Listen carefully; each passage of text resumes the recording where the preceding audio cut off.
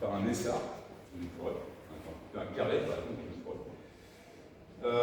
Et on va ensuite cultiver des plantes annuelles, du blé par exemple, du maïs, sur la partie qui a été défrichée. Alors pourquoi abattis-brûlis? Parce qu'on abat et on brûle. On brûle pour dégager l'espace et pouvoir cultiver tranquillement. Alors ce qu'il faut savoir, c'est que ce système, en général, on cultive des annuels pendant 1 à 2 années.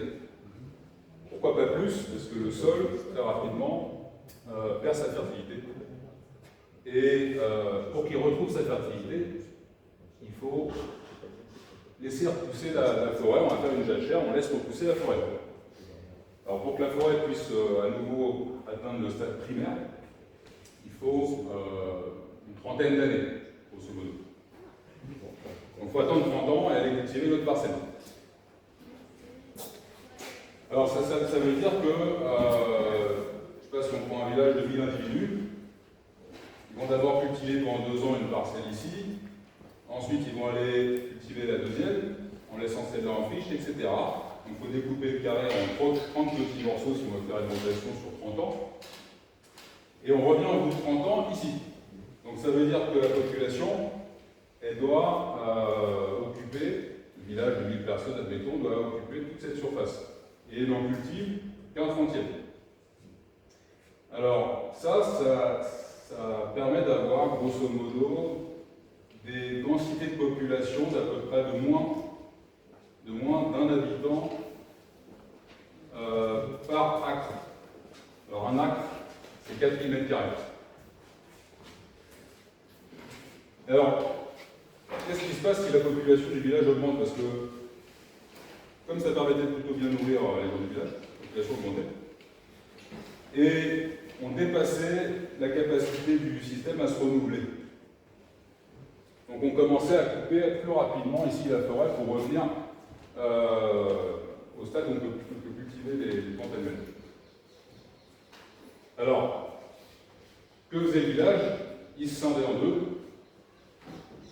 et une partie du village allait cultiver plus loin. Alors ils pouvaient le faire parce qu'autour c'était essentiellement des chasseurs-cueilleurs, il y avait de la place, c'était les premiers à faire ça. Alors ce qui s'est passé, c'est que si on considère ici le foyer de l'agriculture sur abattis-brûlis, par exemple le foyer nord-orient pour nous, eh bien il va y avoir un front pionnier, c'est-à-dire un déplacement de ce type de culture dans l'espace, à partir du foyer. Ça ne pose pas de problème, la forêt se renouvelle, il n'y a pas de déforestation. Alors, sauf que, il y a des limites. Il y a des limites, par exemple, océaniques. Ou alors des montagnes infranchissables sur lesquelles on ne peut pas cultiver. Une fois que le front pionnier atteint cette limite, là, on ne peut plus renouveler la fertilité. On commence à couper la forêt plus tôt. Et finalement, on va atteindre ce qu'on appelle des systèmes post-forestiers. C'est-à-dire la forêt disparaît, il y a une déforestation, et cette déforestation ensuite s'étend en sens inverse et s'étend à toute la zone. Et donc les systèmes post-forestiers, nous les connaissons bien en Europe. Après, ils ont évolué. Aujourd'hui, ils sont autorisés, etc. Mais nous avons des systèmes post-forestiers. Alors pourquoi c'est un problème, ces systèmes post-forestiers? C'est que la forêt, elle a un certain nombre de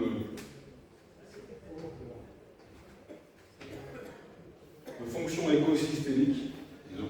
Elle remplit un certain nombre de fonctions très importantes. Les principales, elle empêche la baisse de fertilité. D'accord? Donc s'il n'y a plus de forêt, il y a moins de fertilité. La fertilité, c'est la capacité d'un sol à produire une certaine biomasse. Il y a des phénomènes d'érosion. C'est-à-dire que s'il n'y a plus la forêt, les plantes pérennes pour protéger les sols quand il pleut, l'eau dévale les pentes, emporte la terre, s'infiltre moins bien, les nappes phréatiques se remplissent moins, et aussi un problème d'assèchement du climat. Parce que les arbres font de l'évapotranspiration, ils humidifient le climat, et donc finalement, il faut des arbres pour avoir des pluies, contrairement à ce qu'on pense souvent, il faut des pluies pour avoir des arbres. Il faut les deux évidemment, mais sans arbres, il y a moins de pluie, donc il y a un assèchement du climat. Donc ça pose tout un tas de problèmes, et donc vous voyez qu'ici, il y a une opposition entre se nourrir, entre vivre, et conserver tous ces bénéfices dus aux arbres. Alors ce qu'il faut arriver à faire, et si on n'arrive pas à faire ça, je pense qu'on n'arrivera pas à résoudre ces problèmes, c'est qu'il faut arriver à lier conservation, comme je vous disais, et production. Conservation et production. Et alors l'idée c'est de faire quoi? Alors il y en a qui ont eu cette idée. C'est ici quand vous faites laisser repousser la forêt. Bah, plutôt que de la laisser repousser avec n'importe quelle espèce spontanée, vous allez planter des espèces productives. Par exemple des arbres fruitiers. Encore faut-il les avoir sous la main et les avoir sélectionnés. Mais si vous les avez, eh bien, vous laissez repousser ces forêts productives. Et alors là, ce qui est bien dans le schéma que je vous montrais, il fallait une certaine surface où on découpait en trentièmes. La surface cultivée, ça sera seulement un trentième. Là, vous multipliez par 30, du coup, la capacité de charge de votre système. La capacité du système à avoir une certaine population. Donc, comme je disais, il y avait à peu près moins d'un habitant par acre avec le système sur la base de bah là, vous multipliez par 30, potentiellement, vous pouvez avoir 30 habitants par acre.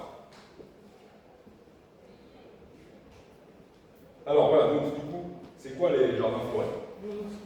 C'est quoi ces systèmes où on laisse les espèces pousser?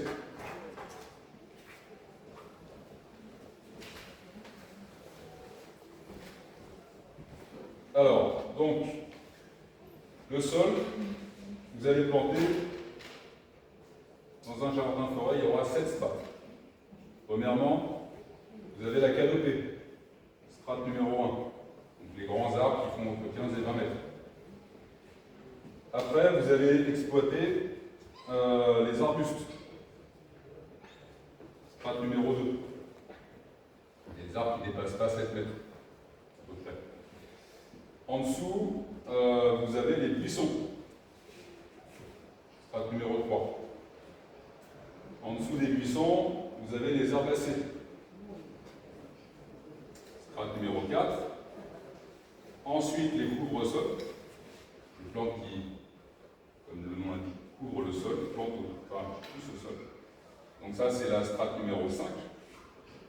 Alors, elles sont où les deux autres strates?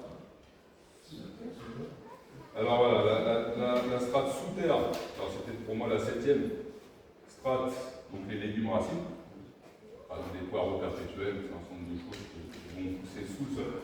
Et alors la 6e, voilà. Les plantes grimpantes, qui vont donc pousser le long, par exemple, du tronc de l'arbre. Alors, est-ce qu'on peut nourrir les... Alors, je vais vous donner, par rapport à des plantes, des cultures annuelles, vous avez un système qui est volumique. Alors que les cultures habituelles qui nous nourrissent, ce sont des cultures surfaciques. Donc, par ce simple effet, vous avez une production plus importante, potentiellement, et une capacité à capter l'énergie solaire beaucoup plus importante. Alors, est-ce qu'on peut se nourrir avec ça? Est-ce qu'en Europe, ici, en France, on peut se nourrir avec un système comme ça? Est-ce que ça répond parfaitement aux problématiques que vous avez énoncées d'érosion, de fertilité, de remplacer avec ces plantes-là? Pour moi, oui, puisqu'on a une forêt, un système forestier qui répond à tous ces critères. Alors, est-ce qu'on peut nourrir donc? Là, si je vous dis de vous nourrir avec un système comme ça, vous allez mettre quoi? Alors ici, on est dans ce qu'on appelle le biome de la savane de chêne. Donc on va essayer d'imiter le biome de la savane de chêne pour se nourrir. Alors, on pourrait mettre un chêne en canopée. La conférencière avant nous a dit qu'on pouvait manger des glands si on enlève le tanin. On va préférer peut-être mettre un châtaignier ici. L'arbre à pain, une bonne farine, pain de glucides qui peut remplacer le blé. Qui pousse sous le climat. Qui pousse sous nos climats. Parce que ça donne le classifique. Châtaignier, non? Moi, je parlais de l'arbre. Ah non, ça c'est autre chose. On l'appelle aussi l'arbre à pain parce qu'il produit des glucides, et de la farine, et potentiellement faire du pain avec. Et remplacer le blé. Non, c'est pas celui-là. Ensuite, qu'est-ce qu'on va mettre ici en deux? Si on veut éviter la salade du chêne, on va mettre un noisetier. Qui lui produit donc un fruit qui est très riche en protéines et en glucides. Ici, dans les buissons, on va mettre par exemple des groseilliers ou des framboisiers. Groseillier pousse bien à l'ombre. Il sera plus productif avec le soleil, mais pousse bien à l'ombre. Framboisier a besoin de lumière, il faudra bien le placer pour qu'il ait assez de lumière. Ensuite, ici dans les herbacées, il y a l'aïtos par exemple. Les comestibles. Au sol, on connaît bien le fraisier et d'autres plantes. Là, voilà, je parlais du poireau perpétuel, etc., qui peut utiliser cette strate. Alors, il y a un monsieur aux États-Unis qui s'appelle Mark Shepard. Sur 42 hectares, il a fait ça. Donc lui, c'est une ferme. Et son idée, c'est vraiment de nourrir des villes entières avec